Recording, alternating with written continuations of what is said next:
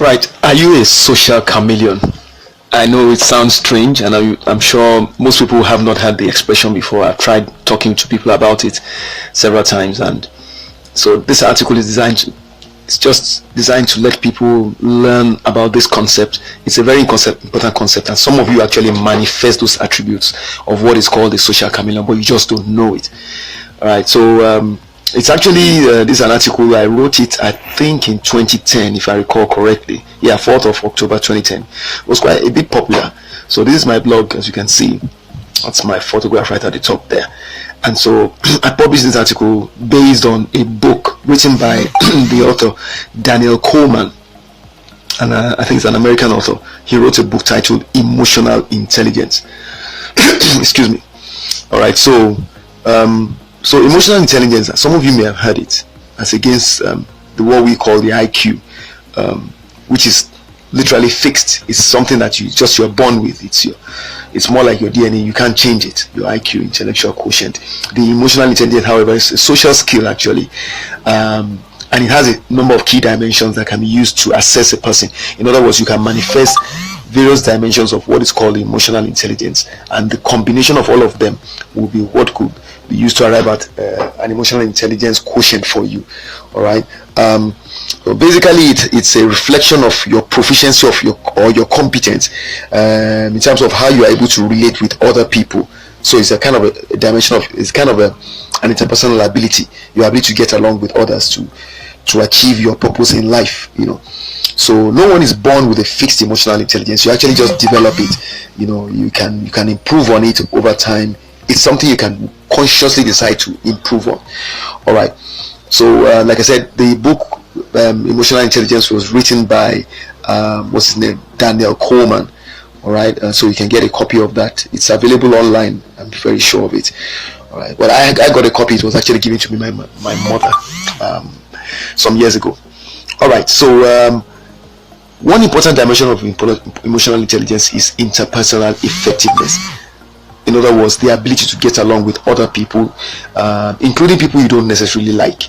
All right. Now, this is why emotional intelligence is a skill that has to be learned, because you see, not everyone can really readily accept to do that. Some people, you don't just like them for whatever reason. Maybe they are lousy, or maybe you can't explain. You just feel uncomfortable with them. So, and yet you may find yourself in a position. Maybe you are working in a company, and this is somebody that's a colleague at work, and you suddenly get given an assignment that you have to team up with this individual to get done, and the outcome of that assignment may just determine your appraisal, your rating at the end of the year, and it could even determine what kind of career advancement prospects become open to you. So suddenly you find yourself, you have to work with this guy or this lady you don't like, and man, how do you deal with that? This is where your ability to apply emotional intelligence comes in. Right. So getting along with others requires you to make good impressions on people that you interact with. All right. You must be able to determine what those people like, what they are likely to be interested in. Even sometimes it's your boss or somebody who's going to become your boss, and you need to get along with the person if you're going to get chosen on the team. That they could be planning a retrenchment, and your ability to make yourself likable or somebody that considered useful or to have around will be a function of your emotional intelligence. So sometimes you find out that it's not just be telling everybody to get lost, even if you are going to run a business of your own. Your ability to act with emotional intelligence may just be what you need to win over clients and get them to approve projects for you and even give you more projects.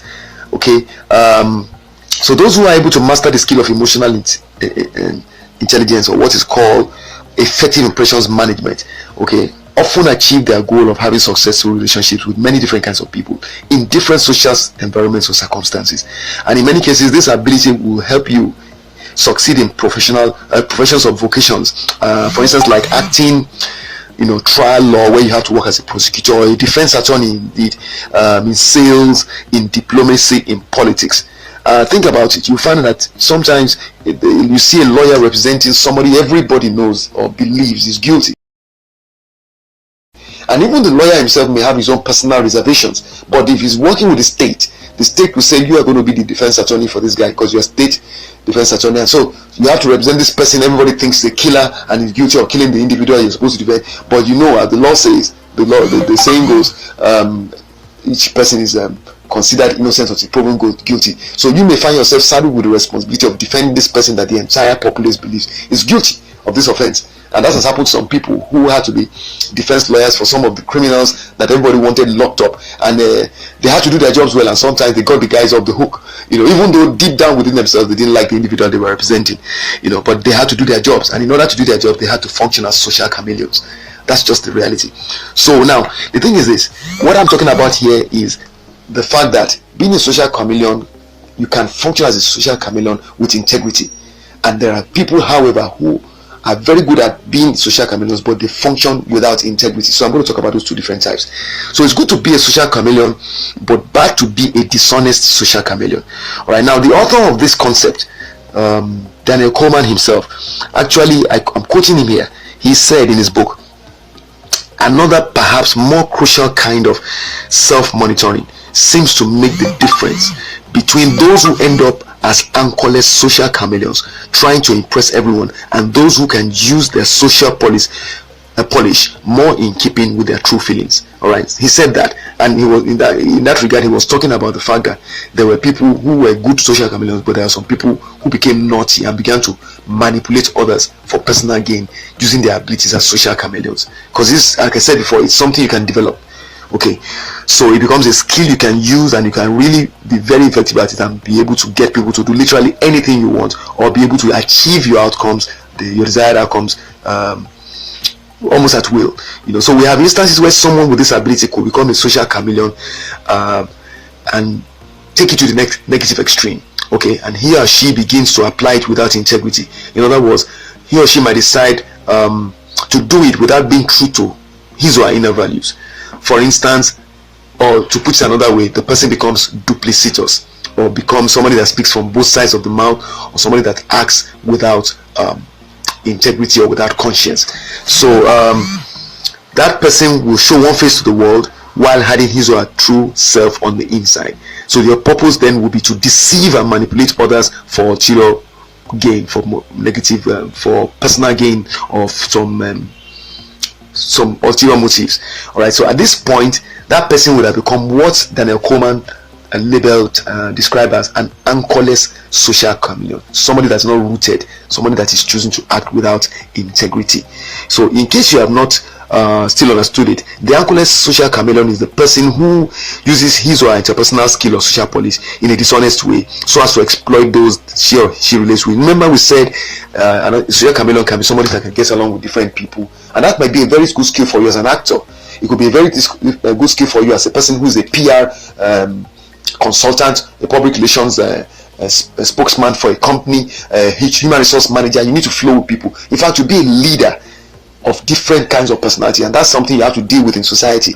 You may be in an organization, you may be in a residential estate, you may be a leader in a club or alumni association. Your ability to function as a social chameleon can help you. So it becomes a positive ability. However, if you go the way Daniel Coleman is describing here and choose to do it with negative intent, then it becomes a negative ability. All right, so another word for it, as mentioned earlier, is duplicity. Now the quality of being duplicity or two-faced, not DBL, but being two-faced, being a person that shows one face to the world and another face to him or herself, is amounts to speaking from both sides of the mouth when you're relating with people, and it's something that is considered undesirable, it's unacceptable. People do not like it. So if they find out you're like that, that means you have been acting dishonestly, and they will actually punish you by withdrawing themselves from you and all that. So, but a lot of these people who behave in this manner know that they can get away with it. The thing is, we're talking about it here because we want to let you also know it is possible for people to be like that, and we want to ask you not to be like that. So you never know what people who choose to behave in this way really believe or stand for. Well, especially when it comes to ethical or moral issues, they are usually people that you find them sitting on the fence and kind of checking to see which side of the fence you jump to at any point in time that will benefit them. They're always thinking of themselves and not the people that they relate with. So in society, there are people who, for instance, you see them jump from one political party to the other. They can flow with any group of people. You can even find them moving with the people that are confirmed to be criminals, be it career criminals who are politicians that make money by stealing public funds, or it could be people who are actually in the criminal world, that are involved in crime and robbery, and you find that they seem to be able to just blend in within these groups, and they never seem to be able to find it necessary to call out those people for their bad behavior. In other words, they are okay with it so long as they are not suffering for the bad behavior of those other individuals. Now that's a social chameleon that is anchorless, that is acting without integrity. All right. So now, when people like this exist in large number, this is the reason why I'm doing actually this podcast based on this write-up. When people like this exist in large numbers in any society, okay, quite often real development or positive changes that can benefit the larger majority of people take longer to happen or never even happen at all. This is because in such places, selflessness is going to be a quality that is going to be kind of undesirable for most of them. Because they don't. Why would they be selfless? The person that's acting without integrity in relating with others is going to be thinking of himself all the time. So there's no good, and the person that chooses to be selfless will be the one that will be used as the fool and as the stepped on and used and dumped all the time by this kind of anchorless social chameleons. So these few people like that who are willing to be honest will be the ones that will suffer most times at the hands of these anchorless social chameleons. All right, because they will be used and dumped by these anchorless social chameleons to achieve their goals, and that will frustrate the honest people. So you won't have progress in that kind of social environment.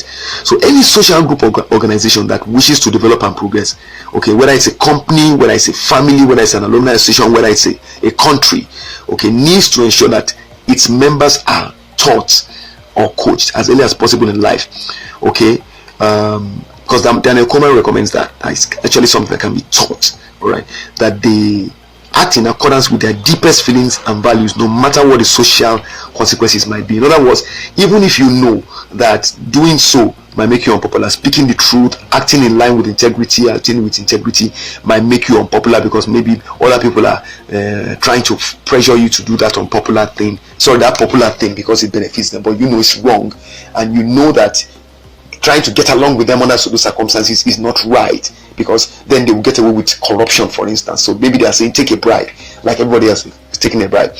You want to be a social chameleon under that circumstance, and then go and tell the other people that are being robbed through that corrupt act that there's nothing wrong with it. Then if you choose to go along with those bad people telling you to take the bribe, then you are being an anchorless social chameleon. So you have to cut through the duplicity of such social chameleons. If they're trying to live that double life, you tell them, no, I don't agree with this. As a social chameleon, you want to behave right, you want to act right with integrity. So at that point in time, you draw the line, you cut through the duplicity, and you tell them, no, I'm not with this. Much as I would like to get along with you, I cannot get along with you with this under this circumstance, because you are doing something that is not beneficial to the larger majority and it's actually not honest. I don't want to be part of it.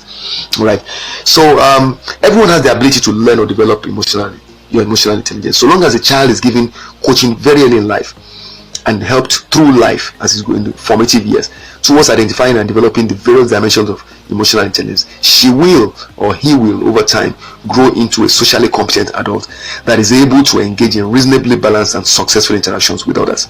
Now, what I have found important to focus on with respect to this ability, it's called a meta ability, META. It's a meta ability, emotional intelligence, is that having emotional intelligence should not be used by anyone as an excuse to be insincere or duplicitous. I've mentioned that several times now.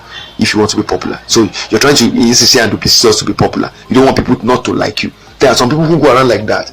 They use their ability as social chameleons to get liked by everybody. So you see them, and it's impossible for everybody to like you. So anybody you see that everybody likes or is comfortable with, and is in the middle of people who do not like each other, and is able to get liked by all of them, watch it. That person is using the ability, his ability or her ability as a social chameleon negatively. he or she is acting as an anchorless social chameleon, and a social chameleon that does not have integrity. Because it is not possible for everybody to like you. Nelson Mandela said it. So many other people have said it. Successful people know that it's impossible to get people. If you want to please everybody, you're going to end up pleasing nobody. So if you see anybody that is not criticized or disapproved of by others, and all those people are circulating around him, and they talk about themselves and disagree with one another and disapprove of one another at different times, but this other individual is always liked by everybody and never criticized, check that person.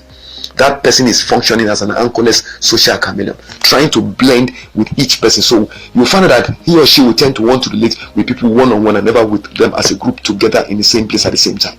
That person will often want to connect with them individually, separately, so that he or she will modify his or her behavior, utterances, and actions to suit the individual, knowing what the individual likes or wants or prefers. So he will say what they want to hear, act in a manner that he expects them to that he knows they will expect him to behave, so that he can get their approval and then be able to flow and go to the next person and still get the approval of the other person at the same time. That's an anchorless social chameleon. It's not a desirable quality at all. In a couple of instances, I've had certain individuals express the opinion that another person was not acting with emotional intelligence because that person refused to compromise on certain fronts with them. All right, so maybe she was unwilling to grant them certain concessions they requested. Maybe, oh please, give me, let me go without paying now. Nobody's here, nobody can see us. But the question I always ask them is, okay, so because this person refused to let you get through the gates without paying the required fee, so to allow you because you're a friend. So you think the person is not acting with emotional intelligence, not being considerate, is wicked. Is that really wickedness? Is that being inconsiderate? But the rules say that everybody who's going to go through the gates needs to pay a certain fee, and then you don't want to pay the fee. Whether you don't have it or not is immaterial. You don't want to pay it because this person is your friend and you're thinking he or she can let you go through the gate. The person is now choosing to insist that no, the rules are that you must pay before you go through the gate, and you're saying the person is not emotionally intelligent because he won't bend the rules for you. No, that's not a person being unintelligent emotionally. That's actually a person being emotionally intelligent with integrity. So for me, whenever I had such individuals telling me such things, I just tended to tell them, look, that person is actually acting in line with his or her true moral compass. So because an emotionally intelligent person does not prove that he is emotionally intelligent by being unwilling to say no to people. The ability to say no to people when it is necessary is actually a sign of a well-developed emotional intelligence, because you know that you have a duty to society to not say yes when you actually need to say no. So that is emotional intelligence at an exceptionally high level. You need to be able to, because if you want to demonstrate that you're truly competent socially and that your emotional intelligence is really high up there, you must be able to say no to some people when it is necessary. All right.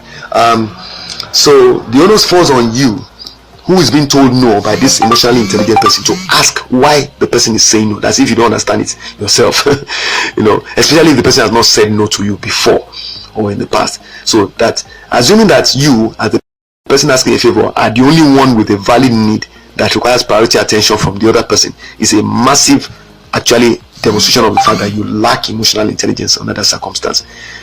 Because the truth of the matter is that the emotional intelligent person will be willing to put him or herself in the shoes of the other person. Oh, what if I put myself? What if it was me? Would I like to be accused of letting some people go through the gate without paying the required fees?